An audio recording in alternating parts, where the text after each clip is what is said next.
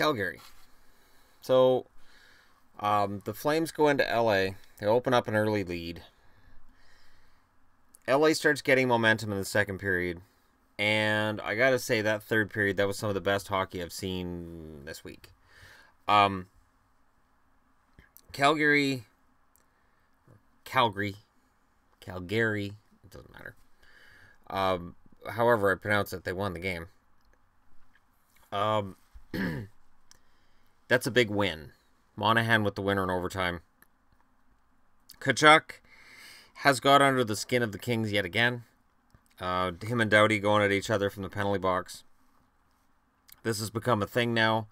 And I think that's always a sign that the Kings are probably a little off their game. So the Kings come out of it. They get themselves a point. The Flames come out of LA with another win. So not only have they destroyed the jinx of the Anaheim Ducks, but now they've overcome the Kings. Boston. I don't know how else to put this. That game sucked for a Boston fan. Colorado now has won 3 out of 4. Boston's lost 2 out of 3, and the 2 they've lost are to Colorado. Boston coming into the season, I had anticipated that they would be out of the playoffs. If they continue playing the way they have against Colorado twice in a row, they could be in the running for a number 1 draft pick this year. I don't know where to start. I really don't know where to start. But I do think that Boston's got problems, and I'll probably get into that over the next short while. I know offensively they're going to have problems, but if their goaltending is a problem too, this could get really, really, like, ugly fast. Anaheim, they win at home against the Islanders, 3-2 win, 1-goal game. Nelson with 2 goals for the New York Islanders. Cogliano, Eves, and Raquel, 3 guys who I like in Anaheim, get the goals. And Gibson with 39 saves for the win. Halak with 27 saves in the loss. I don't like Anaheim. Everybody knows I don't like Anaheim. But again, I like Cogliano. Reeves is one of my favorite guys. And Raquel, I can't dislike Raquel. The guy's a sniper. Gibson, I have respect for Gibson. He kind of gets written off in terms of best goalies. When you hear people talk about best goalies, often Gibson's just sort of forgotten. It may be because he plays for a very good team. And he does. The Ducks are a very good team, and I can't take anything away from them. And they take advantage of an Islanders team that's on the road. Good on them. Washington. So it started. Now, Ovechkin got his 8th goal. It's 8 goals in 4 games. And, of course, people are already, I heard the guys on TSN talking about, could he get 50 and 50? No. I know we get excited about it. I know we want to see these old records come back of 50 and 50. The question then was asked, could he get 25 and 25? Absolutely. 25 and 25 is doable. 50 and 50 is nearly impossible in this day and age. I feel really bad for Washington. Pittsburgh didn't play a great game, I don't think. I think they were the better team, but from what I saw of the game, this is just I got that feeling in the back of my mind that maybe Washington's early start has flattened out, and yeah, we'll see what happens from here. Speaking of not flat starts, though, the New Jersey Devils went into Toronto. And I think everybody anticipated that Toronto would be able to overcome the New Jersey Devils.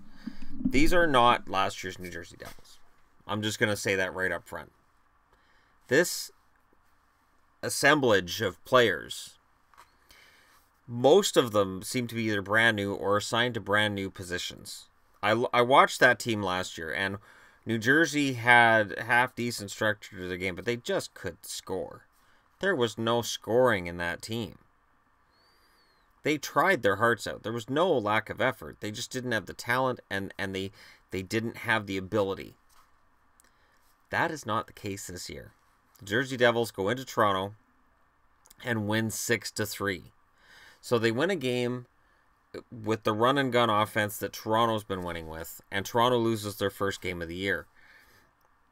This is a statement game for the New Jersey Devils. And the interesting thing is, now Zacha had a nice goal, and then he had a second. No goal for Hischier. Hischier doesn't need to be a premier forward for this team to succeed. So at the start of the year, Jersey fans were excited about Hischier. Not a problem. This Bratt kid, pretty good. Pretty good. If you'd gone into this season and said, well, a New Jersey Devil's going to be a front runner for the Calder, your answer would be, well, of course. Of course, Hischier's going to be in there. Right now, he's probably not. Because a kid on his team is overshadowing him. And it's good for Hischier. It's good for Hischier that takes some of the pressure off. And if Zacha continues to develop like this, and you've got Hischier and Zacha down the middle, the Devils absolutely can challenge for a spot in the playoffs. It's an exciting year this year. I had a feeling this year would be awesome, and so far I've been right. With the story of the Devils, and even though as a Bruins fan I'm pissed off about how they played tonight and on Monday, if the Avalanche continue to be a story, then this season is going to be one that turns everything on its ear. Because New Jersey definitely looked like they were going to need a couple more years to rebuild, and Colorado looked like they were completely done last year. But there have been some big turnarounds in the NHL. I intend to do a video on that soon, too, on the biggest turnarounds in NHL history, and teams that have been bad and got really good, or teams that were really good and got really bad really fast. And just as an example of how these things do happen. And so when people say, oh, well, it's just a fluke and it's not going to continue, it can. Colorado looks really good right now. I honestly, I don't have a problem with Colorado or New Jersey. I think they're both really good teams right now. And that can change, absolutely. But will it? Remember, going into last season, when I said, well, Toronto's probably going to be around 22nd or 21st in the NHL, that was considered a radical idea. The idea was, well, they were last and they got Matthews, but don't get ahead of yourself. They're not going to be that good yet. And then they made the playoffs. So the Devils, Detroit, Colorado, they're all in that same position of teams that nobody really talked about, but they're there.